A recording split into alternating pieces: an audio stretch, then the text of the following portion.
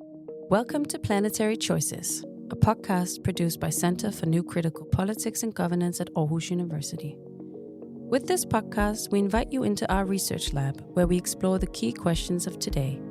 We bring together scholars, policymakers, and activists who are engaged in sustainable planetary stewardship. Thank you for joining us.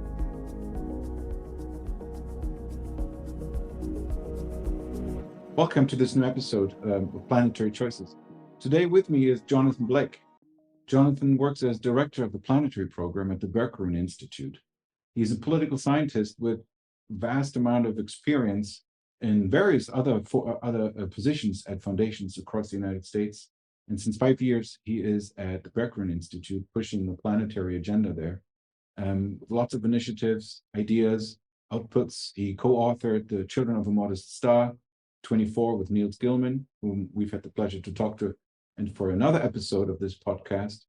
But today, I welcome Jonathan, particularly because of a new initiative of Berkgruen, which is the Planetary Compendium, a wonderful, immersive sphere that we can all look at and learn and, be astonished by the Wunderkammer, as it's called. But to cut it short, welcome, Jonathan. Thank you. It's a pleasure to be here. Let's start maybe with your background. What got you to Berkgruen, and what is this planetary program in a more broader perspective?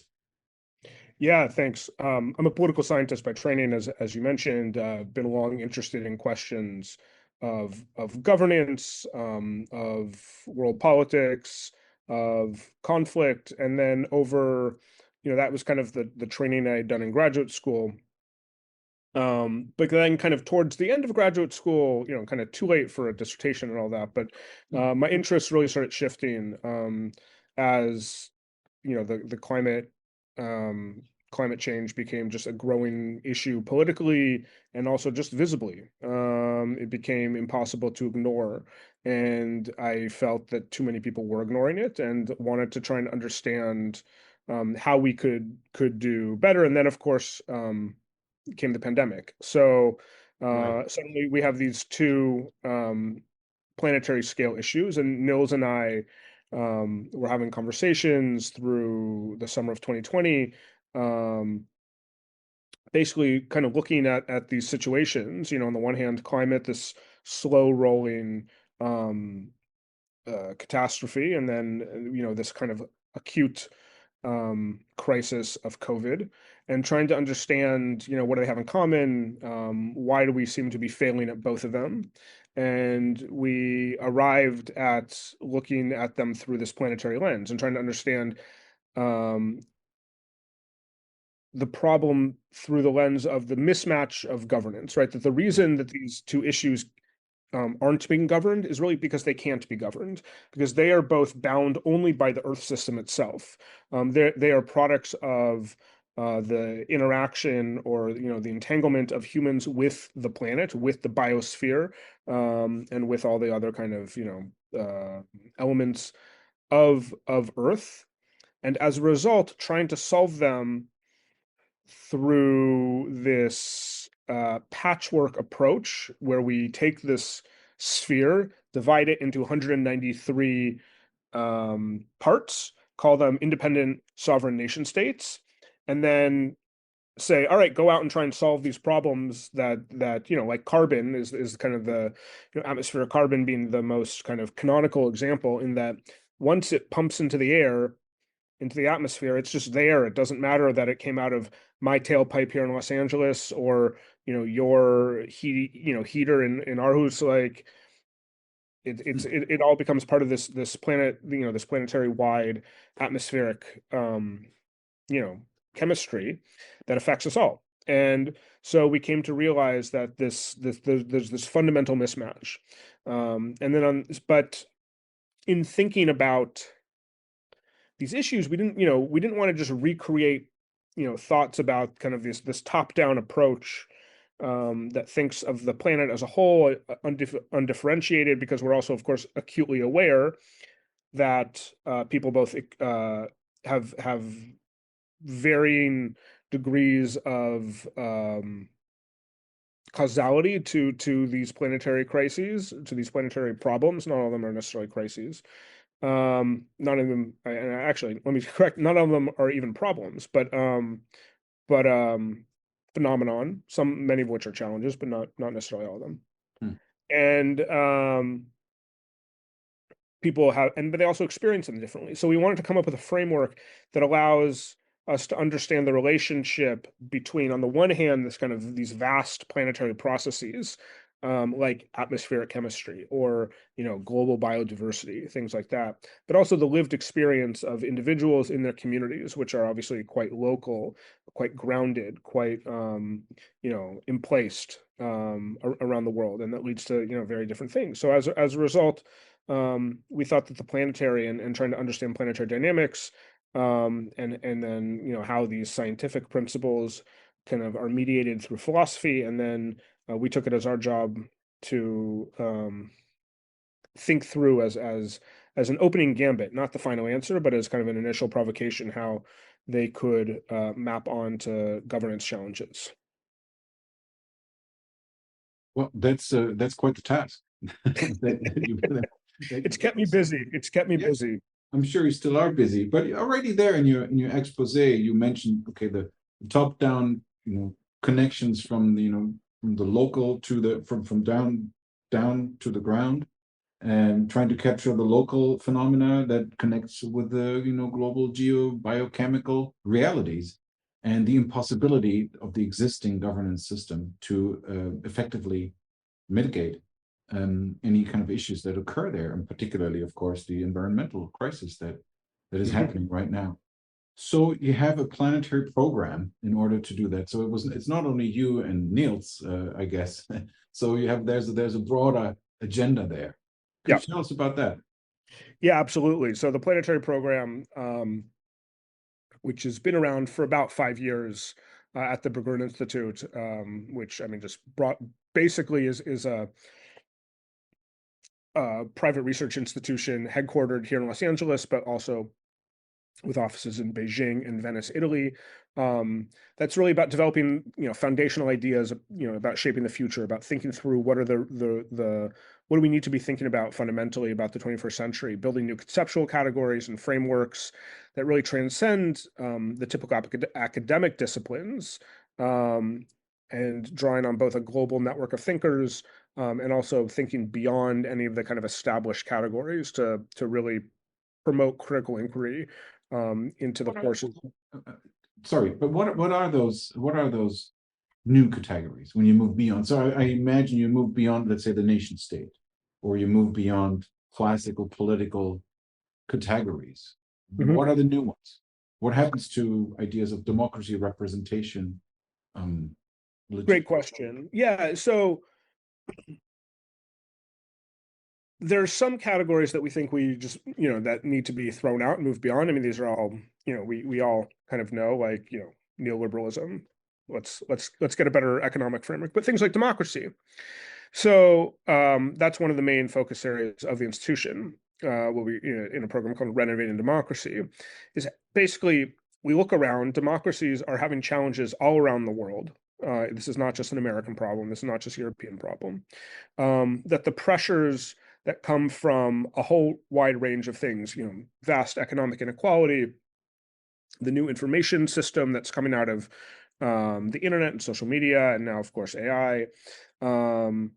And also just these vast technical systems that people no longer feel empowered, and that the whole point of democracy is to empower the people to have a voice in how they are governed, and a lot of people across the political spectrum no longer feel that that's the case. So the work here is in this program really focuses on, well, how do we maintain, how do we get back to the roots of democracy, and to the roots of having a relationship between the people and the government, looking at the systems that we have and realizing that maybe they're not the best we have. So so a lot of the work there is about rethinking outside of the boundaries of just strict electoral representative democracy. And we've been using elections as the mechanism for democracy since the Greeks. So this is a very ancient technology, and we now have lots of new other ideas. And What I like to joke is that in the American case, if you were to bring back the founding fathers, Madison, Hamilton, Jefferson, all them, and show them how we run elections today, they'd be like, oh yeah, that's exactly how we set it out 250 years ago, right? Like this is there's no change. We get together on the second Tuesday or whatever, right? And you have a list of people that you can vote from, and you pick them. And now we use computers to count them, but fundamentally it's the exact same political technology. And we now have other ways to think about, to basically gather. And let me take back. During the Enlightenment, when they came up with this was cutting edge technology, right? This was like the best way that you could figure out what the people wanted. It was certainly better than just having the king say, I want X, I want Y. But now we have all sorts of different ways. We've tried this out now for 250 years, and it works well for some things, but maybe not as well for other things. So this is not, of course, saying we give up on democracy. This is rather, what other tools could we use to return to the true promise of democracy? So these are things like citizens' assemblies. How do we engage average citizens in deliberative processes to actually come up with solutions themselves? Now, these are things that have been used, to quite success in places like Ireland, most famously France, municipalities throughout the world. So, what could democracy look like if we start to imagine other mechanisms besides just, representative vote, then let the politicians do what they want, and then check back in 4 years. So there are other more deliberative, more participatory, more engaged and engaging ways that we can move democratic processes to really get back, like I said, return to their fundamental promise. So that's kind of a lot of the work that we're doing around democracy. Well, that sounds amazing, and it doesn't at all sound like you want to get rid of democracy, but it more okay. So that would translate in my everyday that I could participate in democratic processes pretty much every week almost. If it's up, in cast my vote, be part of a discussion that feeds into a larger policymaking process. Now, there's a lot of legitimacy in that, I would say. That's a lot of legitimacy, and also a lot of research shows that it leads to kind of better outcomes. That instead of electing politicians, and let's whether they're left wing, right wing, centrist, whatever, like politicians are weird people, right? Like if you they're not the average person who's really wants to stand up in front of a crowd and say, this is who I am, vote for me, I want to be the center of attention and all that. That's a particular type of person. But like research shows that when you actually take a cross section of society, get them in a room for a number of weekends in a row or whatever it is, sequester them for a month, there are different ways you could do this, and really say, bring your values, bring what you believe, but be open to other possibilities, be open to other people, be open to their humanity, and let's have a real conversation. Let's have a real discussion. Let's really deliberate. You come up with really incredible things that are less polarizing, less extreme, and people end up feeling happier about them. Not to mention, as you say, extremely legitimate. These come from the people.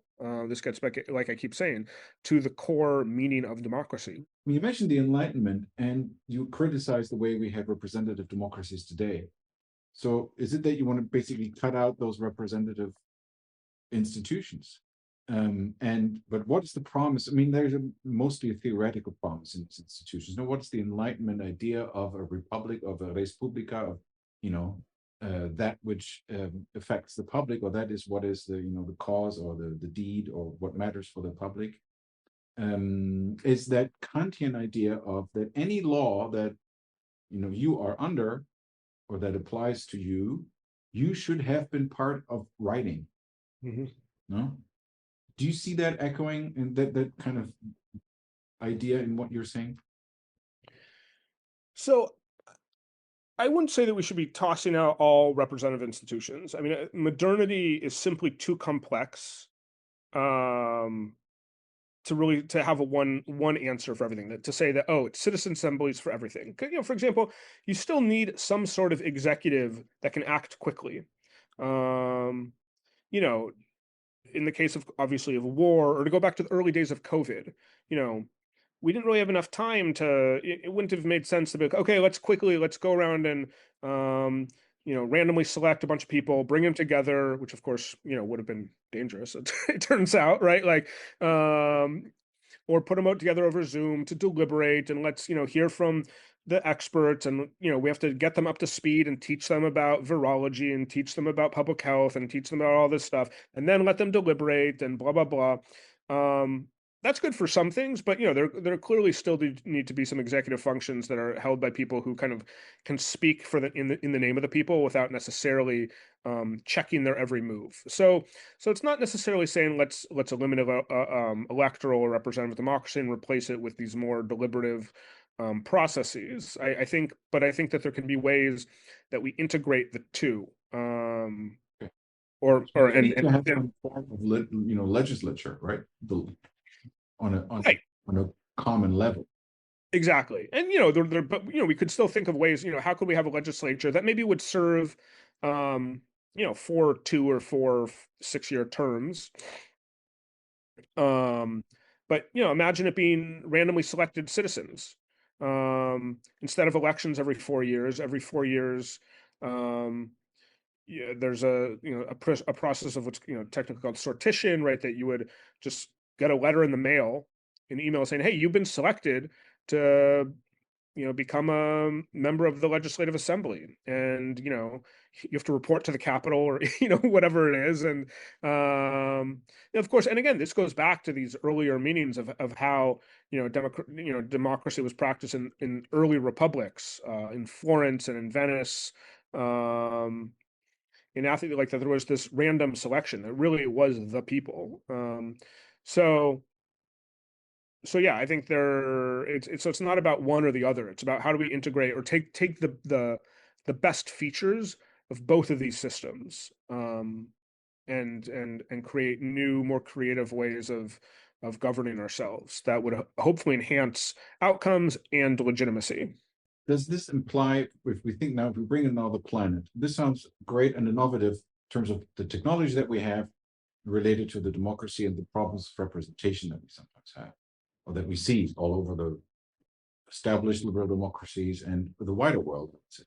Does this also imply, now if we then bring the planetary perspective in here as well, that the scope or the borders of political constituencies that are governed democratically need to change as well? Would you, for example, envision, I don't know, all right, let the biosphere or let a bioregion be our constituency, right? And then we not only govern our social and economic problems together, but we also include our environmental and our resource issues.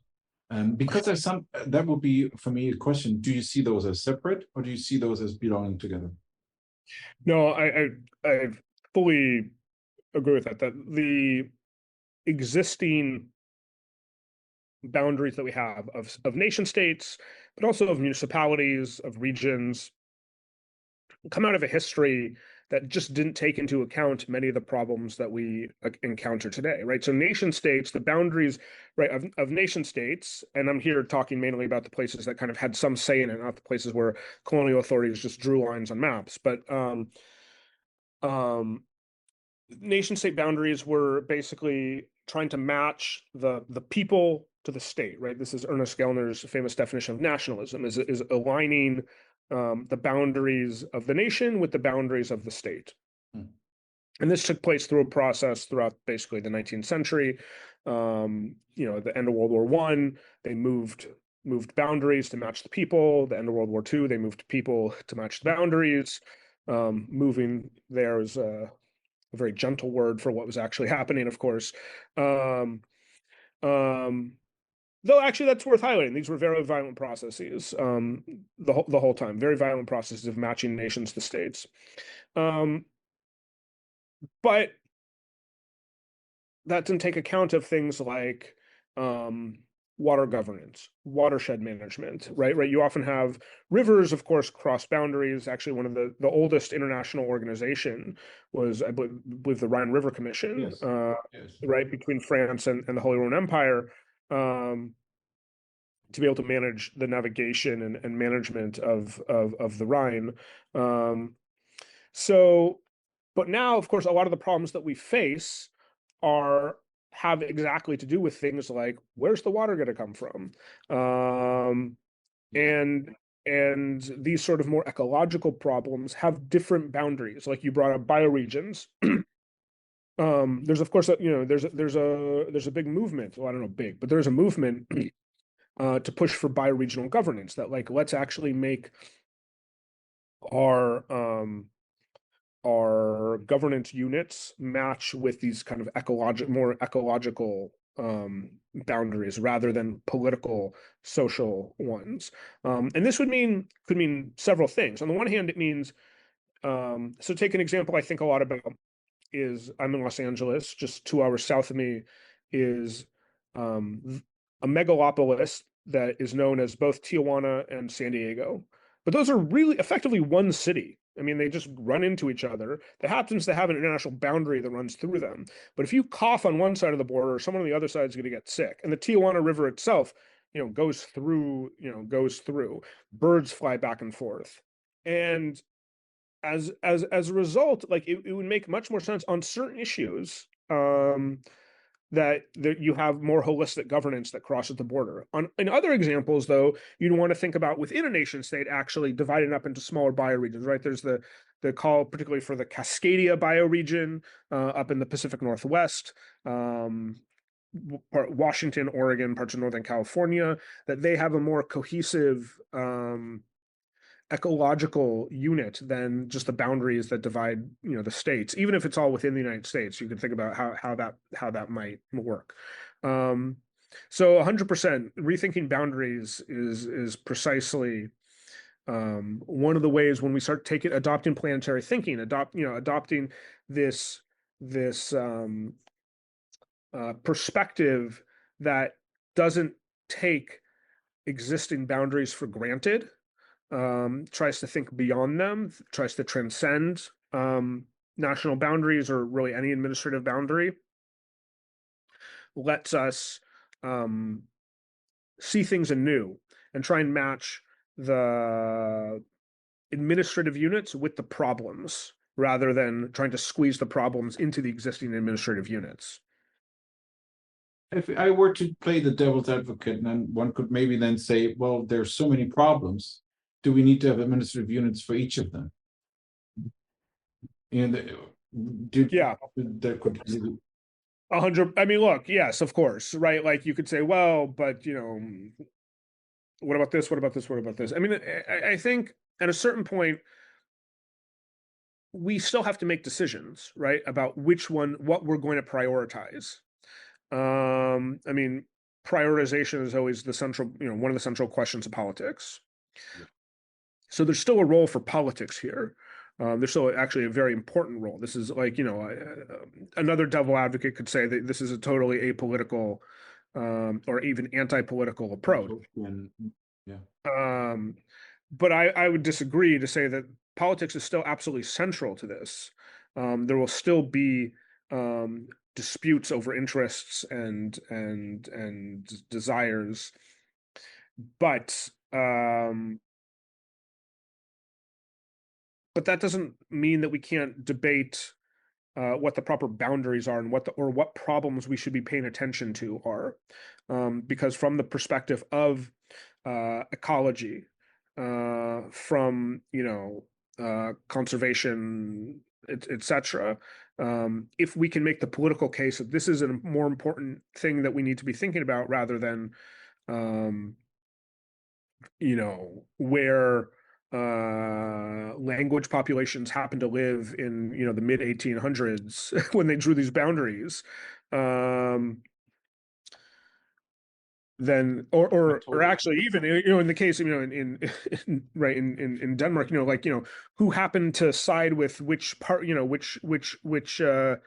which group in World War One, whether that determined the boundaries in many ways. So maybe we need to rethink this, and it's time for an updated system now that we really recognize the force and scale of the challenges that we're facing in the 21st century, which are just different than the ones we faced in the past. I think this call to rethink boundaries is absolutely fundamental, and I didn't mean to actually argue against it. I would just imagine that obviously this is something that a political discourse could throw against you. Or Yeah. maybe there's another one with a wild idea, Yeah. Because obviously we need to take into account that what now we talked about political borders and the arbitrary nature of many of them, but sociology and sociological research shows that there are even more borders. Ironically, we live in a world, despite globalization going on for maybe 20 years now, declining, that has erected even more borders.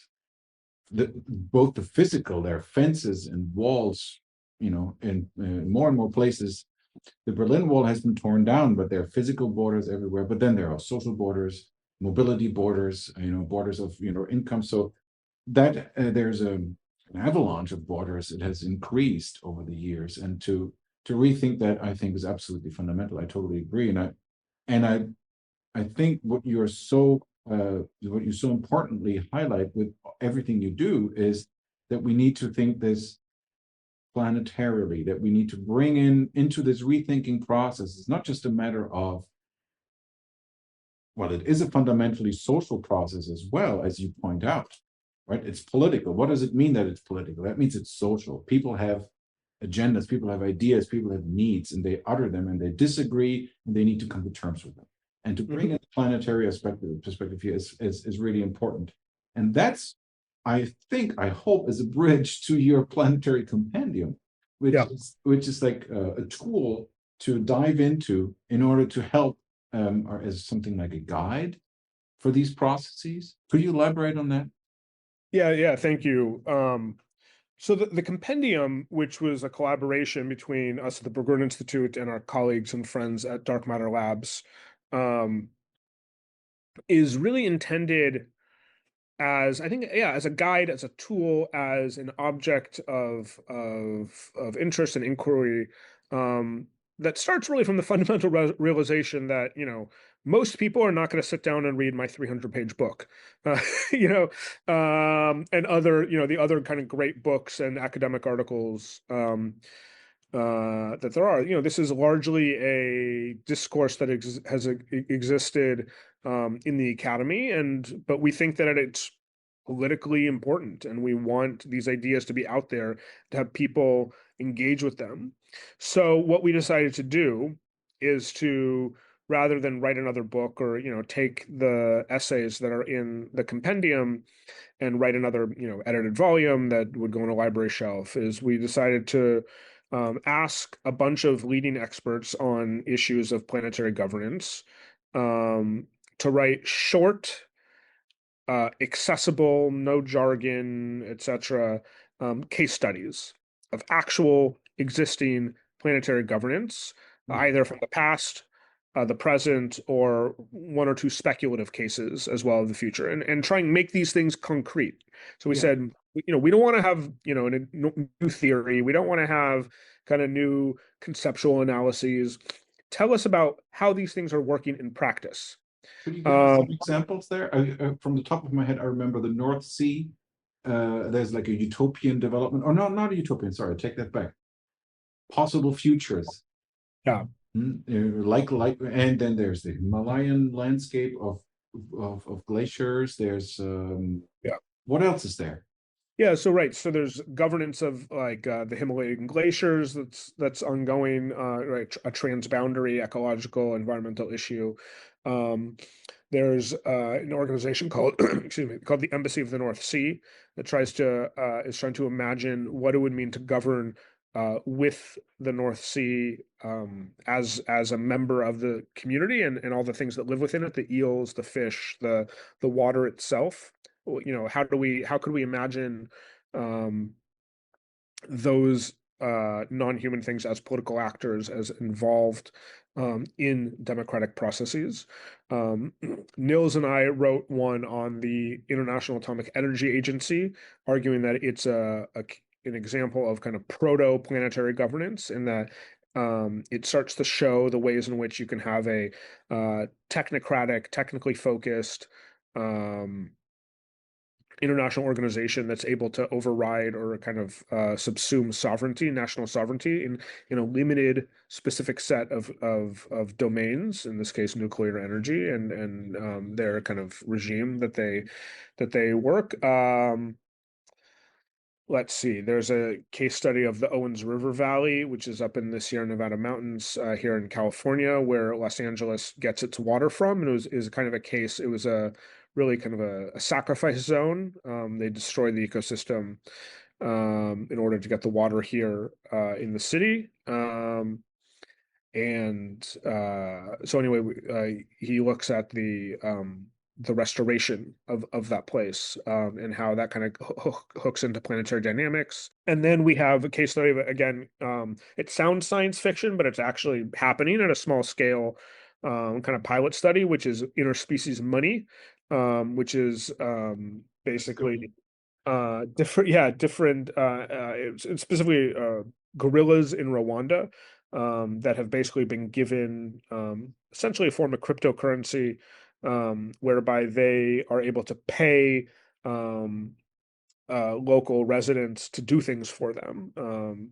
So, for example, you could pay a farmer to remove a trap or to fix a fence or to, things like that. So it's a way for the animals themselves to pay for their own welfare.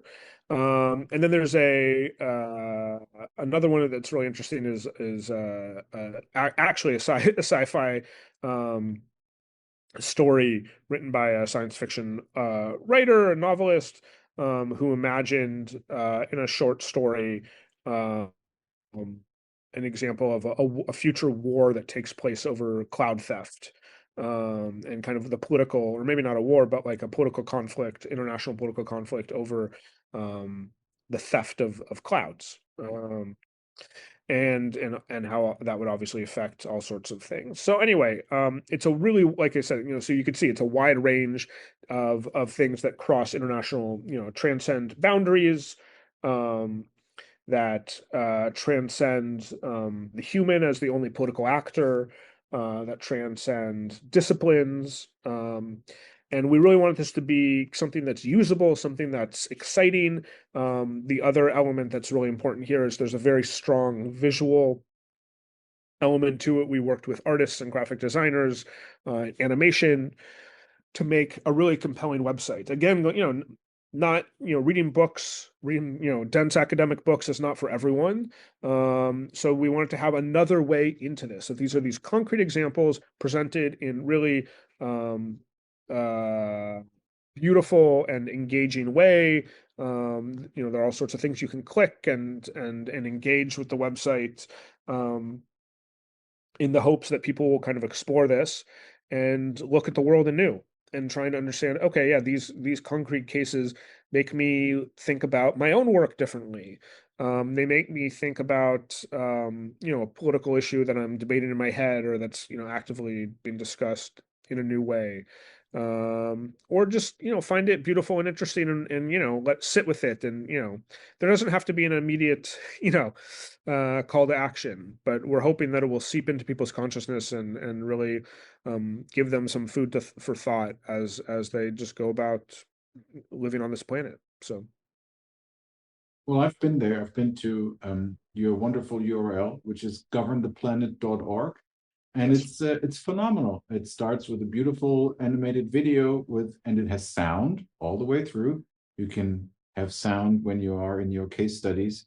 So I'm unashamed and making a little bit of advertisement. Everybody who listens now, go to governtheplanet.org and have a good time. And I do also appreciate a lot what you just said, John, which is it's not necessarily only to influence policymaking discourses or policymaking processes that you want to hook up with the next think tank or be in a gray paper or in some kind of white paper or end up talking to some state secretaries or somebody working in the ministries. I'm sure you want to do that too. But that this is really about offering something for anybody, really. That's wonderful. That's really, really great. And I can say I spent a lot of time in the Himalayan trying to figure out what all of these elements are and what happens to the passes and what with the conflicts that are up there, and there's an incredible amount to learn, and Yeah. you really managed in most of the cases that I've looked at. You can spend a lot of time on your website, and I'm sure it took a lot of resources to come up with it and to maintain it. But I congratulate you, and I think people who will look at it will feel the same, that you've really managed to multi-layer the complexity of what is this, what features into the planetary. Because, yeah, we talked about this is bottom up, this is democratic, this is political, but it's hard to imagine all of the other things that are in this word. And when we say complex, it's very complex. There are many layers to this, and you unpack all of that in these cases. And I think it's just really brilliant. Would you like Thank to you. tell us? So, what did you hear from users, or what are you doing now that it's out there? Yeah, so no, I mean, you're right. It was a lot of work. It was like I said, a collaboration with Dark Matter Labs that really over the course of a year, working with artists and with the authors and edits and re-edits and of course all that, and then building out the website, which was built all really from scratch to kind of, because I think you're right. We try to mirror the complexity of the planetary in the website itself. There's even some parts of the website that are kind of designed to be difficult. That's true. Yeah. Yeah, that's on purpose. We know it's difficult. It's in some sense, it's trying to push back, even though, like I said, it's a recognition that you're not gonna, maybe not everyone's gonna read a book about this topic, but also it's more than a TikTok. It's not there to like, addict you and kind of flip to the next thing, the next thing, the next thing. We want you to spend some time on it. We want you to really just absorb and, like you said, listen to the sound. There's one case study about whales, where you can kind of sit and listen to the songs of the humpback whales and just kind of listen to them in the context of the case study and what it's telling you. And so it's visual, it's auditory, um, things are moving around and all that. So that this is all a lot of thought, and I want to give a lot of credit to all the designers who worked on this, who just really did a phenomenal job. Um, so It's a we've heard, living website. I mean, is this growing? And will you do? yeah, the hope is to grow. The hope is to grow. For right now, we're it only launched 2 months ago or something like Yeah. that. So right now we're still um working on promoting it and getting it out there. But yes, the plan is to have additional case studies over time. So go to the website and then come back to the website in a few months, and I think you can sign up for email so you could be the first to know about what's new on governtheplanet.org. How do But you yeah, no, get the sources? How do you get the information for your cases? from the authors for the most Okay. part. Yeah, so we reached out, to some of the top names in the field, many of whom are friends, and it was really just a great opportunity. And everyone was really excited to be asked to write something a little more creative, a little more punchy. It didn't have to be in dry academic language. In fact, we asked them not to do it in dry academic language, and I think people really appealed to them. So, two colleagues wrote, for example, a speculative interview that kind of that is supposed to be in Rolling Stone in several decades. I forget what it is. It's supposed to be an interview after the success of the world in avoiding the Amazon reaching a tipping point, and they were kind of celebrating. So it kind of be able to look. So it's both speculative, it's hopeful, and like they said, they got to write it, as a Rolling Stone interview. So not different from what they're often doing, but it gives you a way to think. Okay, hey, wait, what if we did this? What if we actually did roll out kind of bioregional governance in a way that allowed us to stop the devastation of the rainforest and succeed. So that's another angle that we try to be. It's not all doom and gloom. It's meant to be hopeful and inspiring as well. That's a good message, and that's actually something that you also, I think, point out on your website, also on your background website, but particularly of course, on the Planetary Compendium's website, that all right, we all agree that there are planetary boundaries, that this concept or this idea, I think, is widely acknowledged. But how do we make it fun to live within those boundaries? Yeah. No? So to move away from a discussion of, this is not fun, this is something that we need to lose something in order to live within the boundaries. No. But here you're proposing something to gain. Yes, absolutely. That there's a lot to gain from living actually with the planet in sensible and good ways. So one way to think about this was just proposed by my friend Boris Shoshishvili, who makes the case, I think correctly, that right now we know that we have planetary impact. We have planetary, we as a species and certain individuals in particular have planetary effects, and we are of course affected by the planet. But we don't have a voice yet because we lack any sense of planetary governance. We all of us, even the tech billionaires who are trying to intervene on the planet, don't really have a voice. As a result, we are currently, all of us, disenfranchised planetarily. We don't have a political voice. And that moving towards systems of planetary voice, systems of planetary governance, is a way to enfranchise humanity in ways that we currently have no ability to do because we lack systems, structures, jurisdictions that cover the planet as a whole. So, excuse me. So this is one way to kind of look hopeful that we're trying to build a new political to give us additional political voice in this system that deeply affects us. But yeah, we don't yet have the way to respond to. That brings me to two questions, I think. One would be more on the boring policy making side. So how does this now, how do you, as your program, okay, you're the research director, so basically you're having all the fun, you're getting all the, but is there a policy director, the people who need to do the work and, I don't know, call up when you call for this great conference in Venice now a year ago or 1 year and a couple of months ago, you try to have effects on institutions that exist and policymakers that exist, right? So that's the question. So how do you do that? And what is your feedback from there? And my second question is more about how digitally native do you need to be enfranchised? I'm thinking, I mentioned global borders, and if we look to the global south, if we look to societies that are poorer, or localities that are poorer, regions that are poorer, how do you get those on board? Those are excellent questions. So the way, so no, we don't have a policy director, and we're not really trying to, as of yet, impact policymaking processes other than kind of seeding ideas. I think the way we understand this project is it's quite long term. We're talking decades, if not centuries, to really transform these systems in a fundamental way.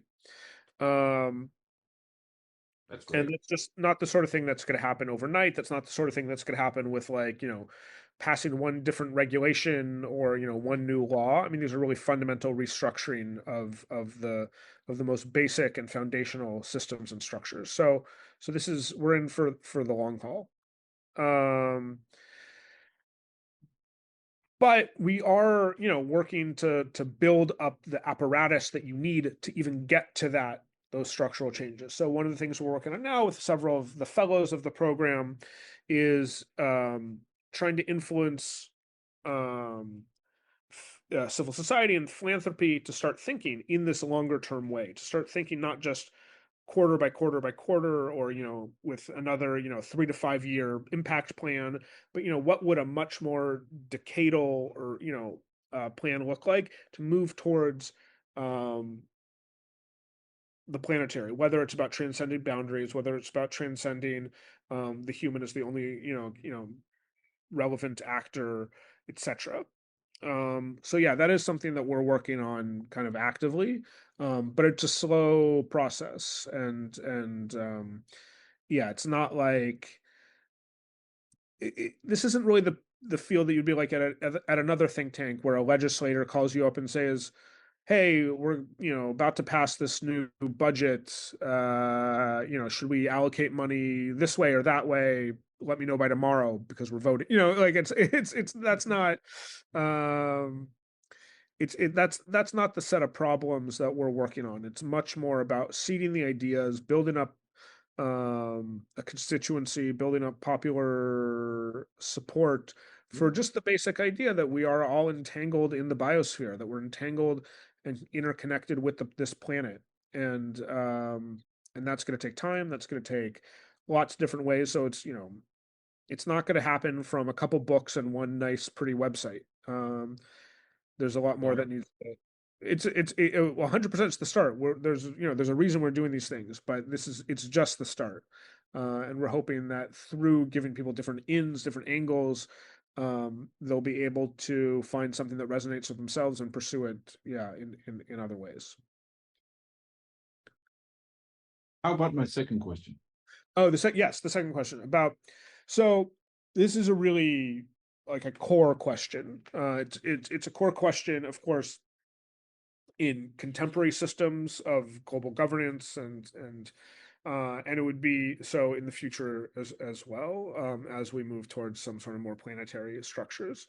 So I'm not even sure it's about being digital native or not. And in fact, we know that actually that's not even necessarily, there are still large gaps in digital infrastructure in the global south, but plenty of people are digitally native there. In fact, even some senses more so, right? Like, online banking and digital payments, basically leapfrogged in a lot of places in the global south, and in other places. So that's not necessarily quite the divide, but obviously there is a massive divide in resources and in political power and economic power.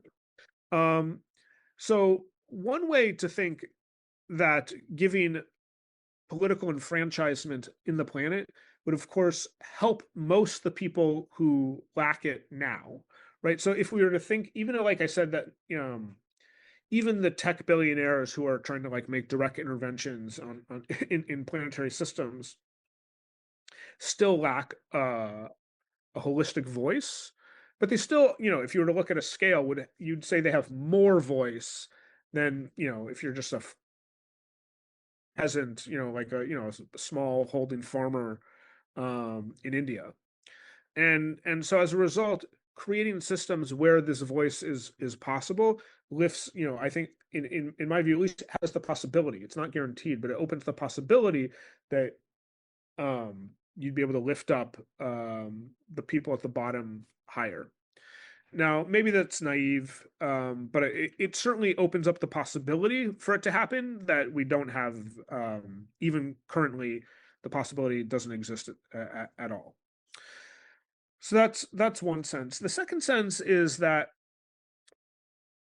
if living within planetary boundaries means or like let's take donut the donut economic model from Kate Raworth, which is a really, I think, powerful way of thinking about this, right? That we both on the one hand need to stay within planetary boundaries, but also there should be a baseline minimum of human welfare for people. So we have to raise up some people, but also reduce our planetary impacts in other ways. And this is the sort of thing that I think you need planetary governance to be able to enact, right? Because if you, on the one hand, you need to raise up the living standards of many people in the global south, while at the same time restricting. I mean, there's no other way around it. Restricting the planetary impact of some people in the global north, and this strikes me as the sort of thing that nation states can't do. The global governance system has shown itself as incapable of doing, because at the end of the day, the global governance system is made up of all the different nation states fending for themselves, just kind of within a bit more of a structure. That planetary governance seems to me the way that it might have to happen. Again, maybe that's a little naive. Maybe that's hope. Maybe that's just being too hopeful, too optimistic. But it seems that without those structures, they'd be impossible. Yeah, I agree. There's this concept of One Health. Yeah. Are you inspired by that too? That, Yeah.